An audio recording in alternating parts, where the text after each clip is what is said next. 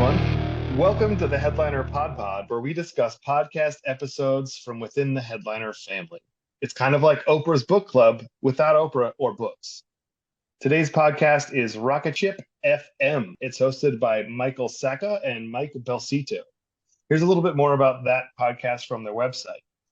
The podcast for entrepreneurs, product managers, and anyone working in tech today. We break down the concepts you need to know, from product management to growth, sales to funding.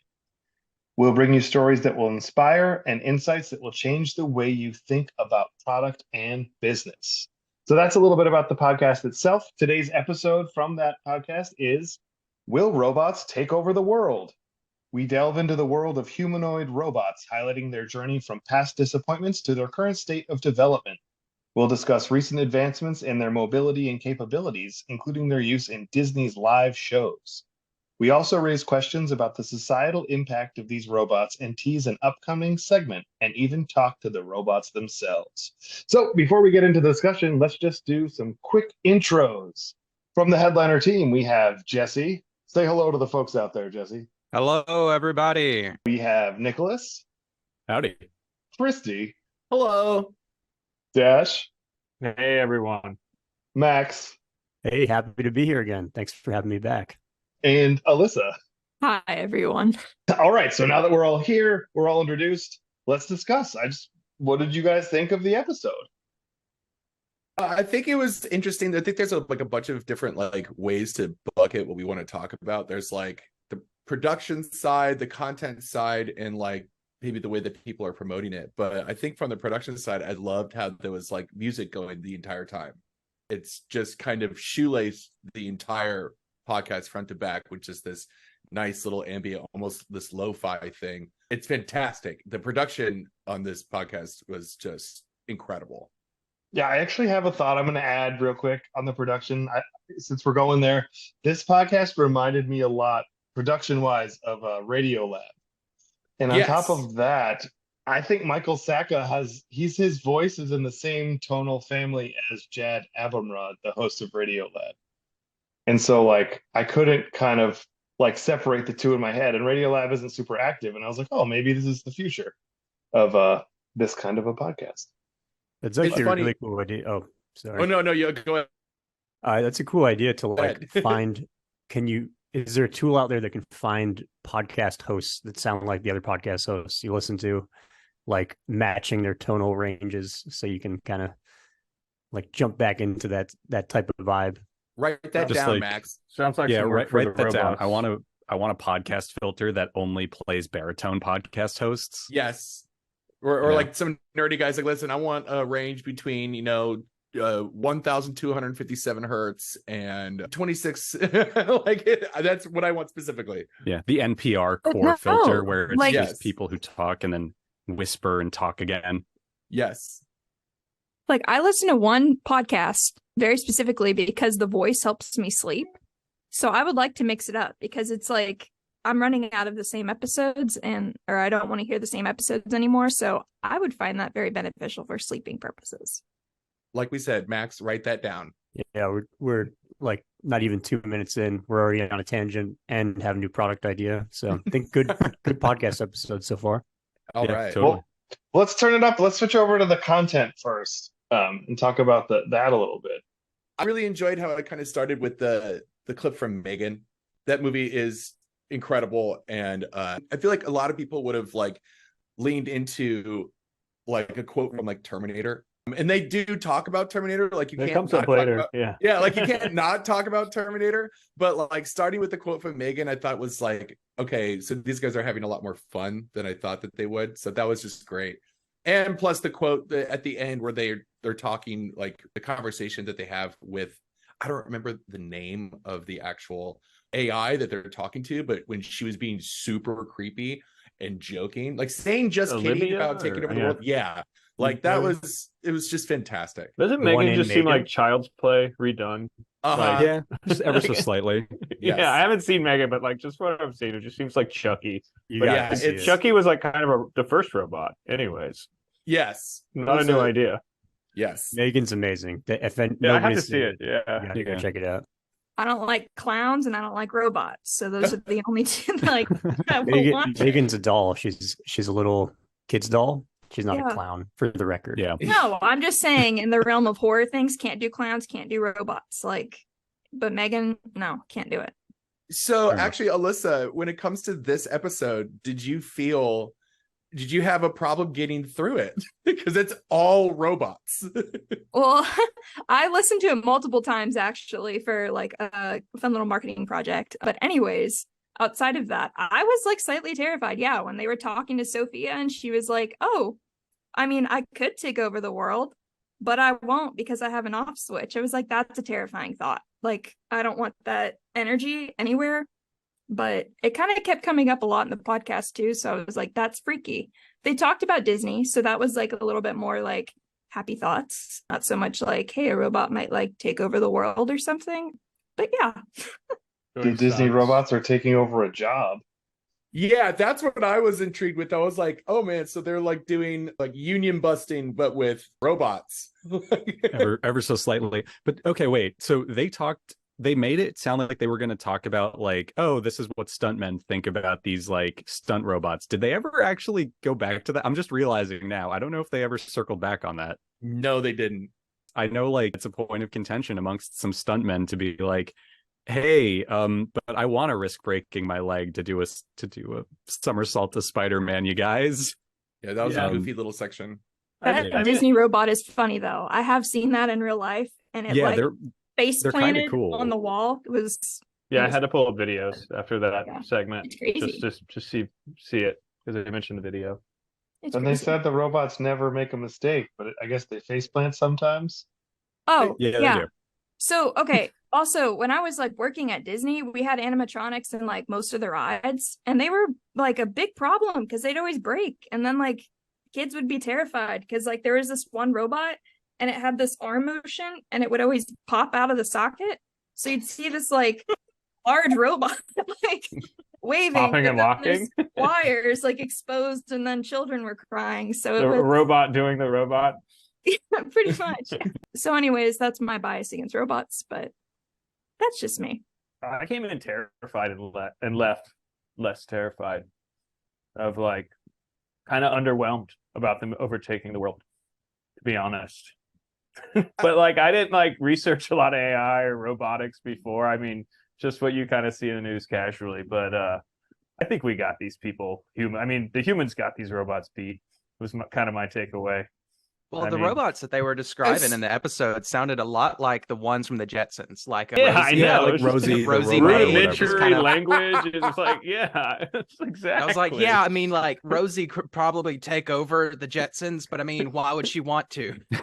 Yeah, and it's just like it seemed very non-threatening, and like same type of voice and language you heard 30 years ago. Exactly. I think there's nothing more deflating than like listening to Elon Musk talk about robots. He just sounded so bored with it, and it just really like set me at ease, being like, okay, cool. So like okay, robots are boring now. Except if I looked up to Optimus, it looks so creepy. It's like got a black head and like the black top part of his body is like black painted, and the rest of it is just like this metal. They know what they're doing. It's so gross looking and it's so creepy looking, but like the way he talks about it was just like so boring. Oh, it's going to be under $20,000, and like it's just weird. Yeah, I mean, just to kind of piggyback off of what Elissa said, I think I'm actually saying the opposite of what you said, where I went in and I was like, I was underwhelmed by it because like I've heard and followed some of the hype around like AI and machine learning and stuff. So I was like, oh yeah, so if you just put like ChatGPT in a body, what'll happen? That's kind of what I was imagining they were going to talk about. And then they started talking about it, and I was like, wait, this isn't that much of a punch above like an animatronic at like a Chuck E. Cheese, is it? Like this is Chuck E. Cheese and Dolly Dimples in a nutshell, or like a stunt show robot. Yeah, I mean, agreed. Yeah, I don't know, Max. What do you think? Max has been oddly quiet, and I know Max has done a lot of research and reading on all of this stuff. So I'd love to hear if we're going to get taken over by robots from you. I've been trying to keep quiet because I didn't want, once you open this once you let the genie out of the bottle, like there's a lot of stuff that's, once you open Pandora's box, like it's going to be hard for me to stop talking about this. But yeah, like, the majority of the stuff that like we've been talking about at Headliner, even on the product side, is a lot of AI stuff. So we're all pretty familiar with it. I mean, Headliner's been like an AI product to some degree for a couple of years, and I think I'm kind of on the same page as you guys. The more I learn about AI, the less afraid I get about it. And in terms of this premise of the robots taking over, I think it's kind of a bit of a red herring in a way. Like certainly it's a concern, but I think that there's a lot more interesting things happening that are like more terrifying with AI that are well documented. Like, oh, maybe there'll be this sentient robot like Rosie from the Jetsons will all of a sudden just decide to take over the world one day. But that could happen. We don't have any evidence of it. And the stuff we already have evidence of is like, these models have bias in them, which people are using them for bank loan automation and stuff. And now it's skewing towards a certain group of people, predominantly white male people are getting favored perhaps in these models, and that's affecting people's bank loans and stuff like that. And so I think that this robot idea of them like taking over the world is certainly fun to talk about, but it's almost becoming like a meme at this point. And I'm getting a lot more afraid of the other stuff, like almost the human to human manipulation that uses robotics and AI in the middle versus like the AI to human manipulation. So I kind of wish they touched on that a little bit, but I think there's also this like I told you guys not to open this Pandora's box, but I got a lot to say here. But like the most interesting critique I've heard lately is that all this AI scare talk, like AGI is what they refer to it as, artificial general intelligence, which is essentially saying it's sentient. All that talk, a lot of people are starting to consider if it's just a scare tactic from a lot of the major AI companies like OpenAI as an attempt to do regulatory capture, essentially overplay their hand, scare everybody into thinking that AI is a lot further along than it is, regulate the market, and then kind of cement their position as the leading incumbents, which the more I think about that, the more there's more evidence for that than AGI at this point. So I don't know. I think Are there's you a lot suggesting, Max? Sorry, I just want to ask you a question. Are you suggesting that Sam Altman's nuclear backpack may just have a ham sandwich inside? it's certainly possible. Yeah, I'm with you there though, Max. Like Yeah. I think you tapped into something that this podcast like completely skirted, where they're just talking about like the literal, this is what this is. It's almost like a primer on what like robotics and to some degree AI is in 2023. Whereas like, especially from our point of view, because this is just something we, like you said, we've had our hand in that cookie jar for a minute now. We're kind of familiar with it. So we're asking like the second and third question, where this just focused on, okay, what is this? Like, this is, if I was at my barber's and he was like, hey, so what is AI? I would just be like, here, just listen to this podcast. And then I'd drop my phone on the counter and promptly forget it there because he has to listen to the podcast. And how do you share a podcast with somebody? You give them your phone. Yeah, I think that's fair. Like in terms of who the audience is for this podcast. And I guess I'm kind of grappling with the question of, is it the right call for the media and all these other podcasts to kind of focus on that aspect? They always go to this, will the robots take our jobs? Will the robots take over? And like to some degree, it's possible, but like there's a lot more plausible scenarios already happening, which, I'm just wondering if we should all be trying to get those messages out a bit more, because we have tons of evidence of like, algorithm or Sure, AI model bias and such. But Yeah. I mean, I love the episode. I think it was a super interesting topic. I just wish they kind of went a little deeper beyond the will robots take over and say like, oh, here's some of the things already happening, which, jump to the end of the movie. The spoiler alert is that, oh, it was humans the whole time. Humans were just manipulating other humans using technology as an intermediary. So, that's be my bet of where this goes wrong.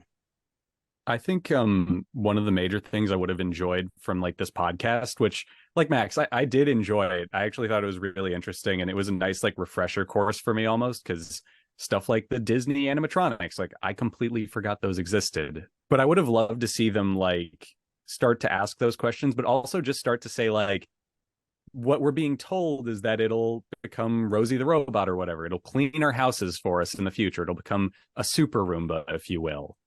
But I would have loved to hear them go, but more likely than not, it'll probably just become like another swatch in our Swiss Army knife or whatever.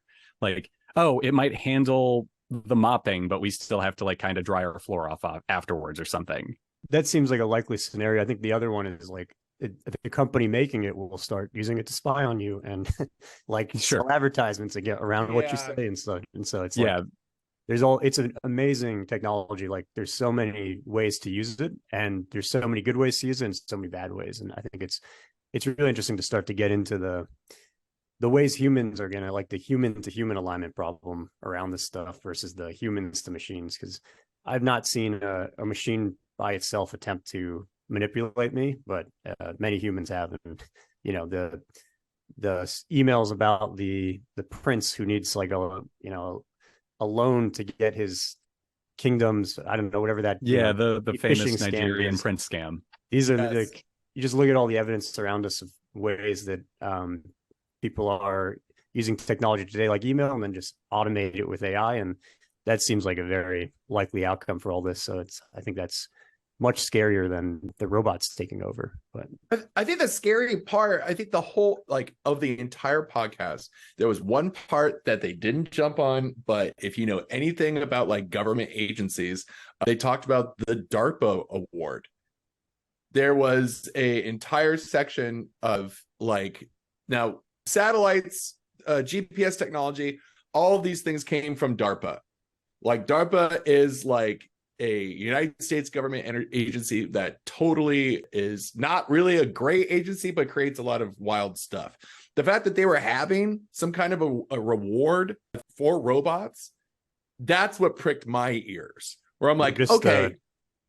Sorry, a little history lesson here as well. They did create the internet as well. If you weren't aware. Okay. So ARPANET or whatever. ARPANET, yeah. Which makes it a little less strange to me, but I get what you're saying. Like they've been involved with so much stuff, so like to see, like to kind of reach out to the public and say like, well, what do you guys got, kind of means that like the government is like either checking up on other companies to see if they've got what they have or if they just need some help on some things. Like they're out of ideas at DARPA. Yeah, like DARPA's finally out of ideas. They did the internet and they're like, we're done. Yeah. They actually invented LLMs as a concept just to help them come up with new ideas, Max. Like total one-hit wonder government agency. But no, I mean, I think that's kind of an interesting point what Christian raised. It kind of reminds me of like a lot of the things we sort of take for granted in our everyday life are the result of like these huge military spending contracts or like government contracts. For example, like stuff like, I think Ziploc is one of them, but Velcro, those were invented by NASA in the 60s because, hey, things float in space. We need to stick it to the wall. Boom, Velcro. Paying as well. That's really interesting. Yeah. Awesome. So I guess, is there anything else you all noticed? I mean, I think the topic is definitely very, people are on this topic right now and thinking about it a lot. Specific to the podcast episode in itself, was there anything else that kind of jumped out? Yeah, I thought it was, besides the fact that I thought it was well produced, I think Christy mentioned like it sort of had like lo-fi music in the background and it sounded pleasant on the ears. But I noticed they cut to a lot of like external stuff. So they cut to like a Business Insider video at one point about the Disney animatronics. The interview at the end of the episode was Al Jazeera it was Al Jazeera. Yeah. Which I remember because I remember seeing that video when it came out.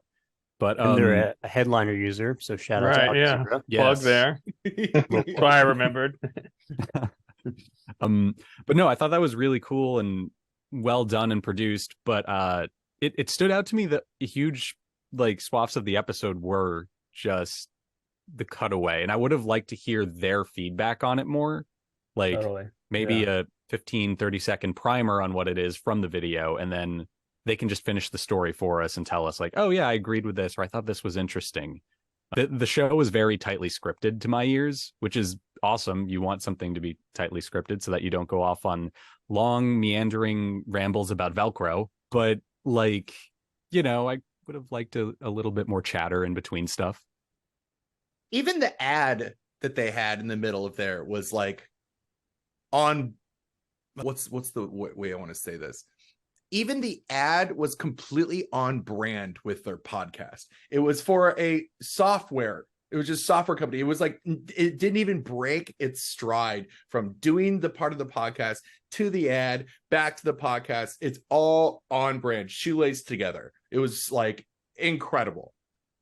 Yeah. I thought the robots' attempt at humor were totally lame. So I think like writers and comedians are probably pretty safe for a while. I know there's a lot of worry out there, but that was one takeaway I had about jobs, like the writer's strike and everything. I don't think they have a lot to worry about, especially the comedians.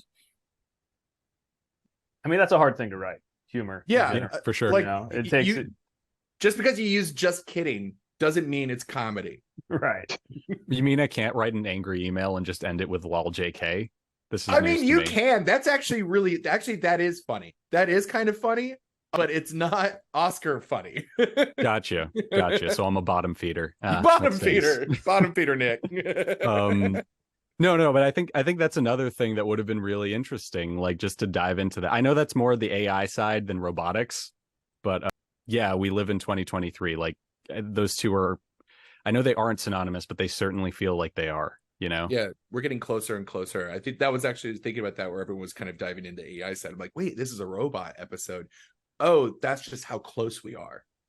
Yeah, but the robot, apparently, to Dash's point, doesn't have the ability to read the room and tailor the joke.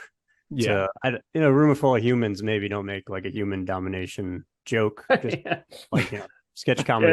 Then there's make everyone uncomfortable. Just. Yeah. Do you think we can teach these robots?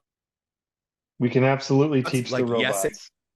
Yes. I mean, now you can almost like manipulate it. So whenever you're just talking like in like ChatGPT or something like that, you can 100% get it to start feeding you a certain type of information if you just keep priming it enough.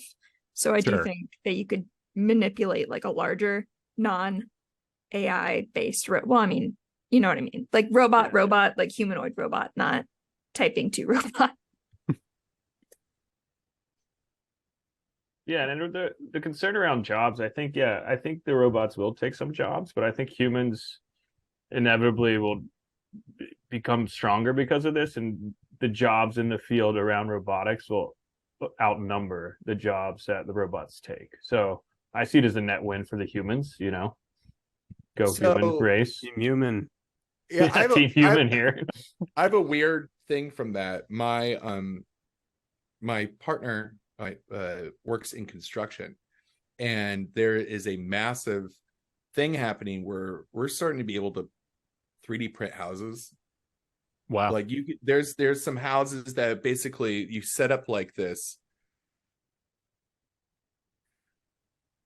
length and width, and there's like a robot that goes around and like pours the concrete and like does it in layers and layers and layers and layers. And as soon as they were able to figure out how to do that with like hotels, like the construction business is the first one right now that has lots of labor, they're going to try and gut that. And it's been a really, really, really weird thing. I mean, I imagine that robots will, people in powerful positions will try to replace any type of job that is kind of like lower skill or whatever. Yeah.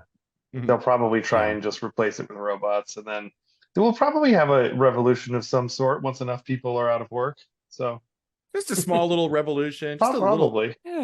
Just a tiny guy of a revolution. Just a touch. A small one. Yeah. So yeah, if you want to keep your job, just keep in mind that timing is everything. They can't do that for you. That's right. That's true. Where's John Connor when you need him? Boom. Yeah. End of podcast. That's where we cut. Perfect. Intro and outro music. Excellent. Yeah, I mean, I also think it's kind of funny because we look at like the robots and we're like, wow, robots can't take over the world. They're just making jokes and folding clothes. But like, there's also the whole part of there's also the people taking the robotic dogs, plugging in an LLM and handing in a gun. Like, okay, like in the military. So, I mean, if we did watch Terminator, it was the military, not, Elon Musk that did make the robots that destroyed everything. So I have 100% belief that the government will probably hook up robots to weapons in a way that will be catastrophic at some point, but it might not be for decades. But they're definitely going to do it. Like, you can't just give everyone the machines and expect them to just not try.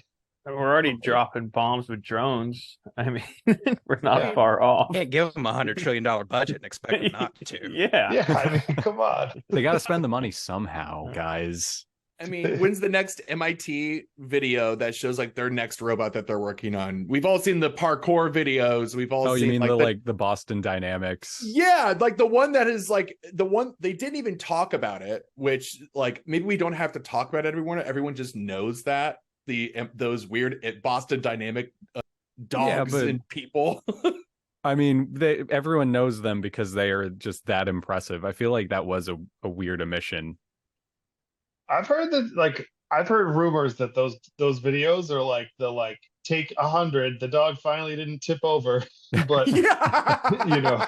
Yeah, if anybody hasn't gone into like, I don't know where else you could find. I always do it in iPhone iMessage. Look in the GIF section and look for robot fail. Such an amazing collection of like robots trying to play soccer, and to hit the ball they'll like dive headfirst into it. Like, I mean, it took a lot of trial and error to get those dogs walking. I really, really love the idea that there is a guy working on robots right now that every time that there's an advancement, he starts getting a little paranoid. And so he goes into his iPhone and looks up robot fails just so he can look at these robot failing and feel better about his work. He actually just has them keyed to email to him every morning. Yes, it's his alarm clock. About dumb robots. Don't worry, man. There's so many more dumb ones. Yeah. I don't know. Like, just wait till the smart robot hears what we've been doing to the dumb ones. Oh, no. It's true. Can I just say something for any machines that may or may not listen to this in the future? I, for one, humbly await our new robot overlords. My name is Nicholas. I live in New Jersey. If you find me crossing the street, wave hello. I'll wave back. I won't run. Elissa in Nashville will run. She will run. Yeah. I think I've just outed myself as like a robot scab. Like, if this robot's named Dracula, I'm Renfield. Like, you're off Team Human now, Nicholas. Yeah, I'm off Team Go Human. join Team Robot. Yeah, to quote Mac and Always Sunny, I play both sides so that I always come out on top. Incredible. Well, all right. So yeah, I really enjoyed this week's episode. I drove to the Nashville Podcasters meetup yesterday, and the episode is about 26 minutes, and the 12-minute drive in rush hour traffic is exactly 26 minutes, so it was perfect. So yeah, I think it was a great one, and definitely led to a lot of great discussion. If there's any last little closing thoughts, or if anyone has something they want to plug, maybe someone in our group. AI. Let's plug Eddy. I mean, we've just released all these generative AI features into Eddy, our new transcript app. So if anybody hasn't checked that out, go to eddy.headliner.app. Try some AI that won't kill you and won't take your job.